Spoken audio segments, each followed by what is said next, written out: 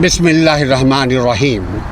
ختم نبوت اور ناموس رسالت کا یہ پہلا جہاد دور ابو بکر صدیق رضی اللہ عنہ، پہلے خلیفہ فرسٹ کمپینین ابو بکر صدیق رضی اللہ عنہ کے ہاتھوں شروع ہوا۔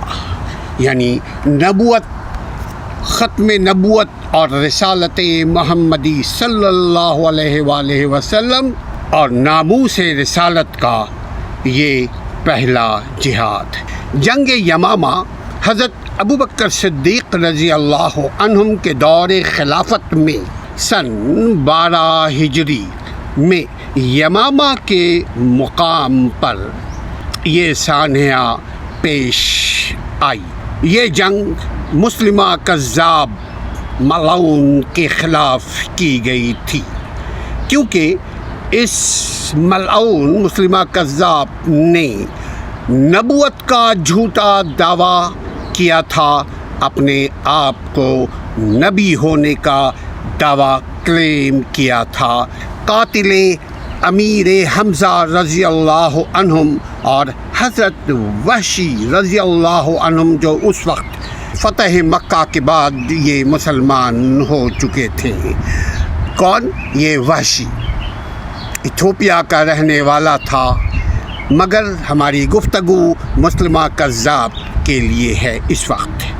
قاتل امیر حمزہ، جس نے امیر حمزہ کو شہید کیا تھا، وحشی نے امیر حمزہ رضی اللہ عنہم کو شہید کر دیا تھا حنا کے کہنے پر، اور ایک انصاری نے بھی قتل کرنے میں اس وحشی کا ساتھ دیا تھا، اس کے ساتھ شرکت کی تھی۔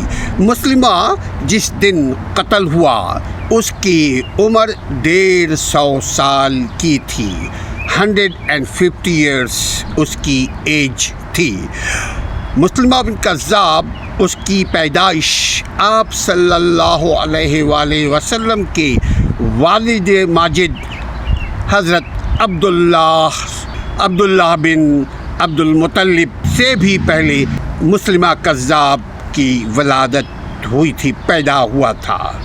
سن 11 ہجری میں جب رسول اللہ صلی اللہ علیہ وسلم اس دنیا فانی سے پردہ فرما گئے تو خلافت کی ذمہ داری، مسلمانوں کی قیادت کی ذمہ داری ایک کونسل کی مشاورت کے ساتھ، یعنی مشاورتی کونسل نے فیصلہ کیا کہ ابو بکر صدیق رضی اللہ عنہ کو امت کی قیادت کی ذمہ داری سونپی جائے۔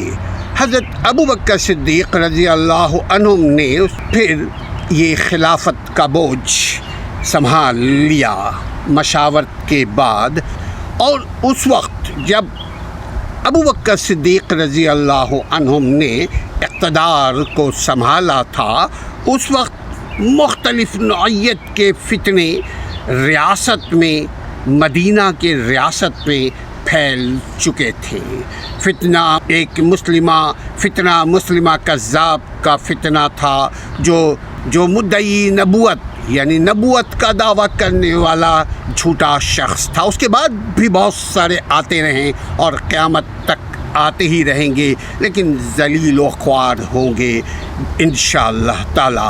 مسلمہ بن کذاب کا فتنہ تھا جو مدعی نبوت تھا، اور اس فتنے کی سرکوبی کے لیے حضرت ابو بکر صدیق رضی اللہ عنہ نے ایک لشکر مسلمہ کذاب کے خاتمے کے لیے ترتیب دیا، جس کی کمانڈ حضرت خالد بن ولید رضی اللہ عنہ کو دیا۔ یعنی خالد بن ولید رضی اللہ عنہ کی قیادت میں یہ لشکر ابو بکر صدیق رضی اللہ عنہ نے ترتیب دیا۔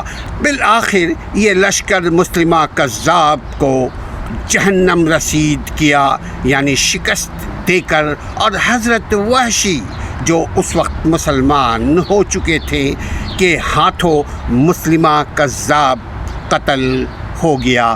یاد رکھیں یہ وہی وحشی تھا جس نے نبی کائنات صلی اللہ علیہ وآلہ وسلم کے چچا حضرت حمزہ رضی اللہ عنہم کو شہید کیا تھا اپنے مالک حمزہ کے کہنے پر۔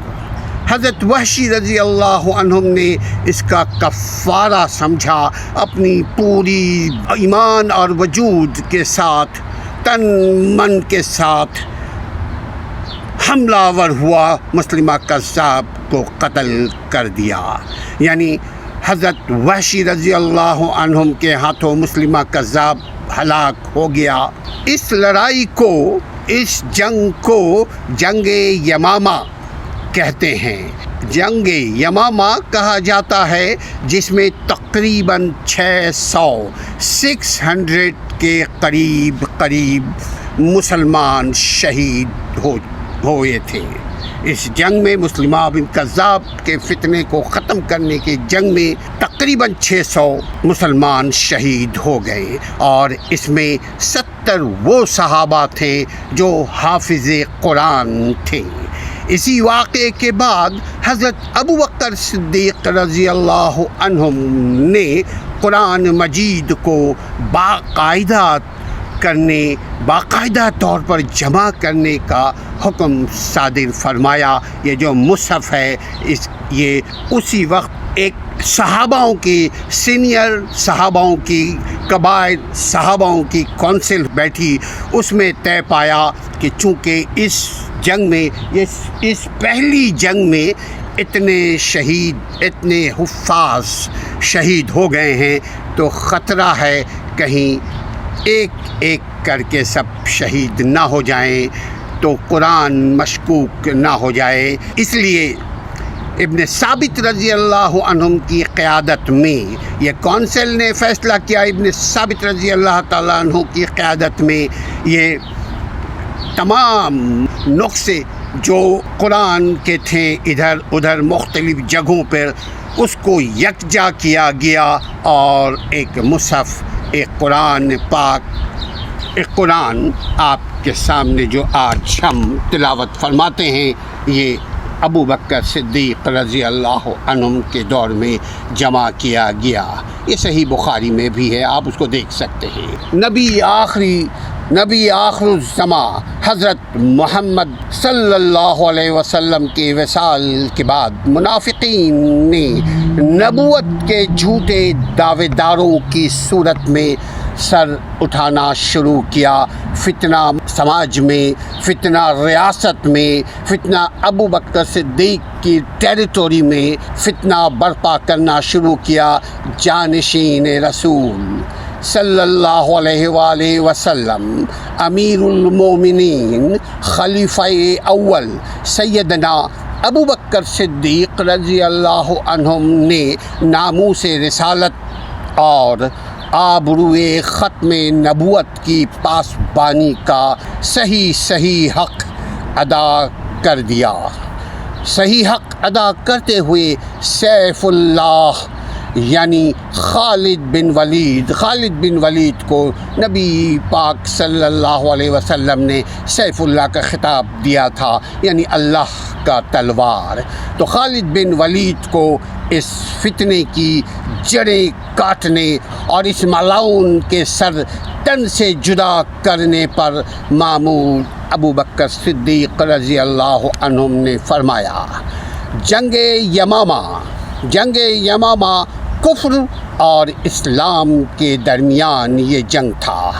اسی مارکے کا نام ہے جس میں صحابہ اکرام نے جام شہادت نوش فرمائی۔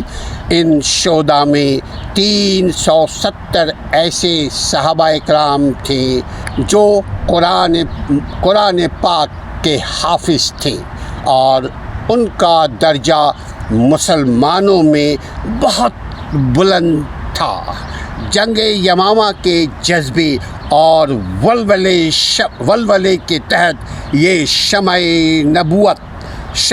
ختم نبوت کے پروانوں کے لیے رہتی دنیا تک یہ نمونہ رہے گا اے جان دینے والوں، اے جان دینے والوں، محمد عربی صلی اللہ علیہ وآلہ وسلم کے نام پر عرفہ بہشت سے بھی تمہارا مقام ہے، بہشت میں تمہارا مقام ہے، اور دیدار رب انشاءاللہ تعالی انہیں نصیب ہوگا۔ اللہ ہمیں بھی دیدار رب عطا فرمائے۔